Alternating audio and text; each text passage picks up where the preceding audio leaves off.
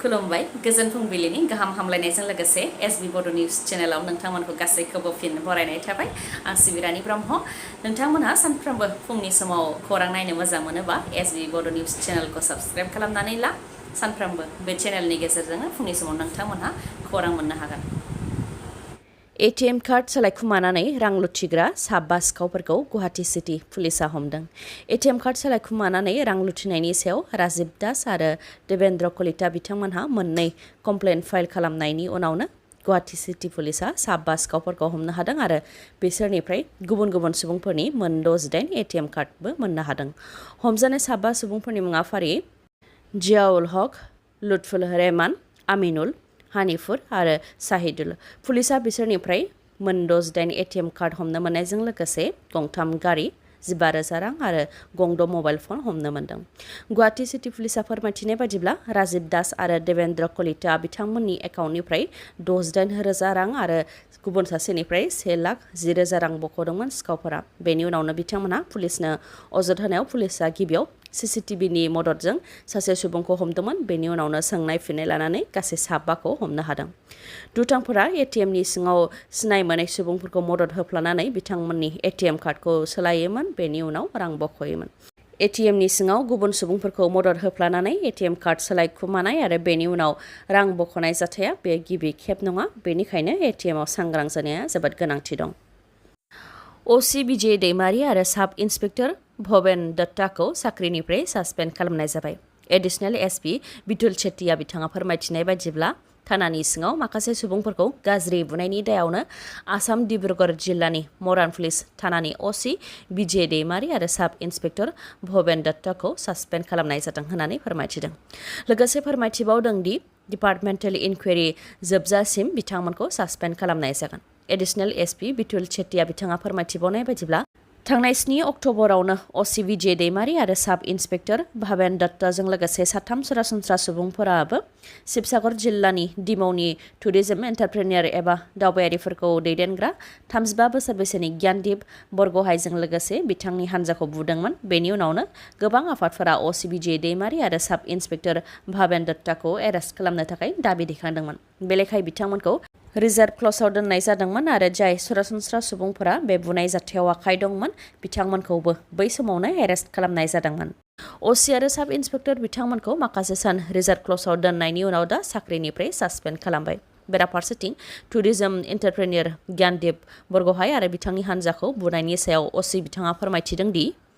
ज्ञानदीप बरग'हाइ आरो बिथांनि हान्जाया थांनाय 7 अक्ट'बराव अरुणाचल प्रदेशनि जिर' फेस्टिभेल अफ मिउजिकनिफ्राय फैफिनबाय थानाय समाव मोनानि समाव ओसी विजय दैमारीनि बिसिखौ जंखायनायजों लोगोसे हाराहास्ति खालामदोंमोन। बे दायावनो ज्ञानदीप बरग'हाइजों लोगोसे बिथांनि हान्जाखौ हमदोंमोन आरो माखासे खोथा मिथिनो थाखाय बुनाय जादोंमोन होननानै फोरमायथिदों ओसी बिथाङा। मिथिहोनाय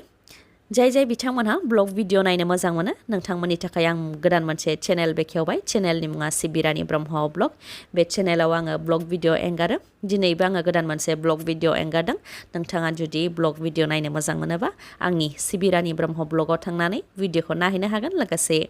चेनेलखौबो साबस्क्राइब खालामनानै लानो हागोन। भिडिअनि लिंकखौ डिसक्रिप्शनाव होनाय जाखाबाय। नोंथाङा जुदि भिडिअखौ नायहैनोबा डिसक्रिप्शनाव होनाय लिंकआव थांनानै नायहैनो हागोन, नङाबा थोंजोङै सिबिरानि ब्रह्म ब्लगाव थांनानैबो गोदान भिडिअखौ नायहैनो हागोन।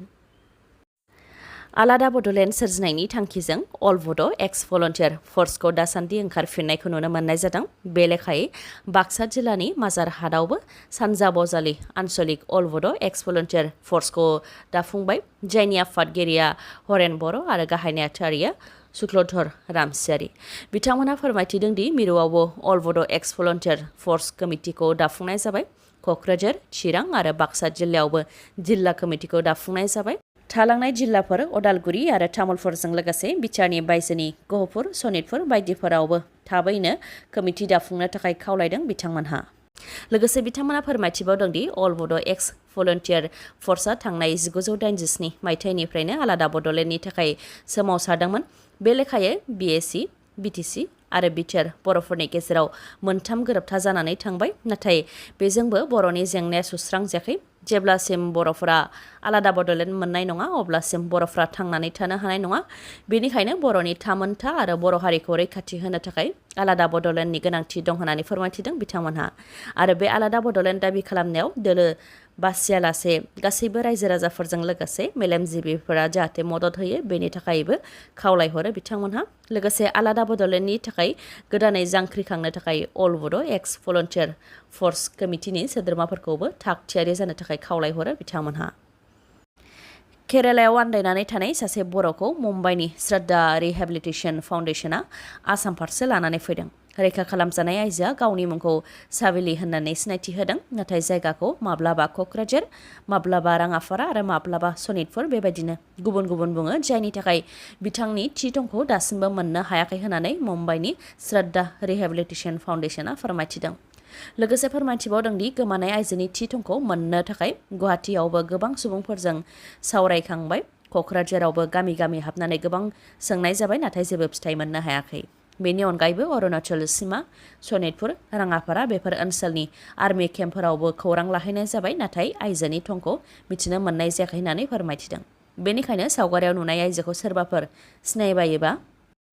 9382195513 नङाबा 7709725455 आव खौरां लाहरनो थाखाय खावलायहरदों फोरमायथिबावनाय बायदिब्ला मुम्बाइनि श्रद्धा रिहेबिलिटेसन फाउन्डेसना सुबुंफोरखौ फाहामथाय होनानै बेबायदिनो न'फारसे गथायनानै हैफिननायनि खामानिखौ मावो आरो दासिम 8,000निफ्राय 10,000सो सुबुंफोरनो फाहामथाय होनानै न'फारसे दैथायहरफिननाय जाबाय होननानै फोरमायथिदों आरो बे बर' आइजोनोबो जिउ जोबजासे मुलि होगोन जाहाथे बिथाङा मोजाङाव फैनो हायो होननानै फोरमायथिदों बिथांमोनहा नोंथाङा काजिरङा नेशनेल पार्क दावबायहैनो सानदों नामा दावबायहैनो सानदोंब्ला खेबसे सानफिननाया गाहाम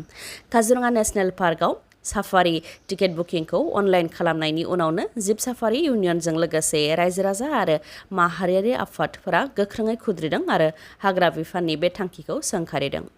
जेब्लासिम साफारिनि थाखाय अनलाइन टिकेट बुकिं होनायखौ बन्द खालामा अब्लासिम साफारिखौ बन्द खालामनो थाखाय फोसावदों जिब साफारि इउनियना लोगोसे फोरमायथिबावदों दि अनलाइन खालामनायनि सिगां हाग्रा बिफाना रावनोबो लाइजाम हरनानै जेबो मिथिहोआखै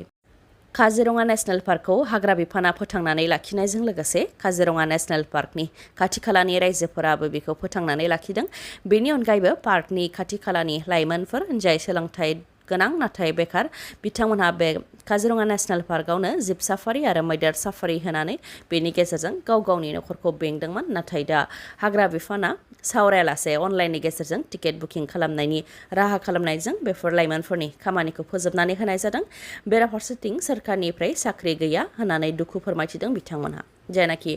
अफलाइननि गेजेरजोंबो काजिरङा नेशनेल पार्कआव गोबां रेभिनिउ कालेक्सन खालामनो हादोंमोन अब्ला अनलाइन खालामनांगौनि मा गोनांथि दंमोन होननानैबो सोंथि खालामो बिथांमोनहा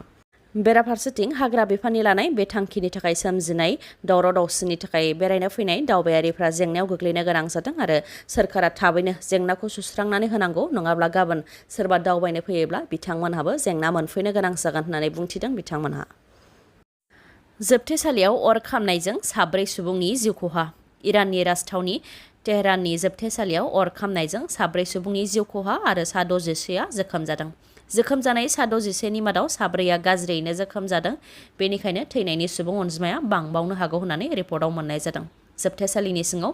गुलि गावनाय आरो बेफ्रुनायजों अर जोंनायनि थाखायनो उखुन्दैयाव हां लानो हायियाव जोबथेसालिनि सिङाव थानाय 4 सुबुङा थैनो गोनां जादों होननानै मिथिनो मोननाय जादों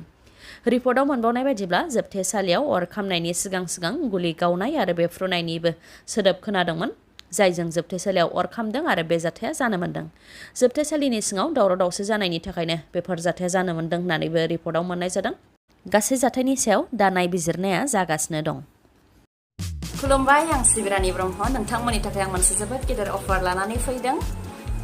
मानिपुर पुलिस थानानि साखाथियाव थानाय मानास हन्डा श'रुम आरो चिरां जिल्ला काजलगावआव थानाय MMH हन्डा श'रुमा नोंथांमोननि थाखाय मोनसे गेदेर अफार फोसावदों फुजानि थाखाय फोसावनाय जादों बे अफारखौ नोंथांमोनहा बाइक एबा स्कुटि बायनो गोसो दंबा बे खाबुखौ थाबैनो लानो हागोन लोगोसे नोंथाङा नोंथांनि जायखिजाया कम्पानिनि गोजाम बाइक एबा स्कुटिखौबो सोलायनानै गोदानै बाइक एबा स्कुटि लानो हागोन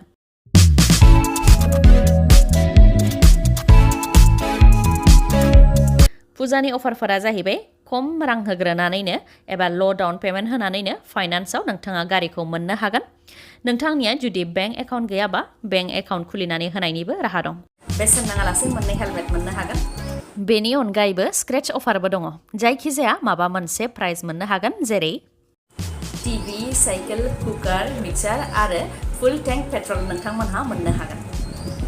जायखिजाया मोनसेखौ नोंथाङा मोनथारनो हागोन फुजानि धामाका अफारा थांनाय 5 सेप्तेम्बरनिफ्रायनो जागायजेनबाय आरो फैगौ 31 अक्ट'बरसिम थागोन चिरां जिल्ला बिजनि खामारगुरिनि दानसोरां बर' बिथाङाबो गावनि सिमांनि मटर साइकेलखौ बायनायाव गंनै हेलमेटजों लोगोसे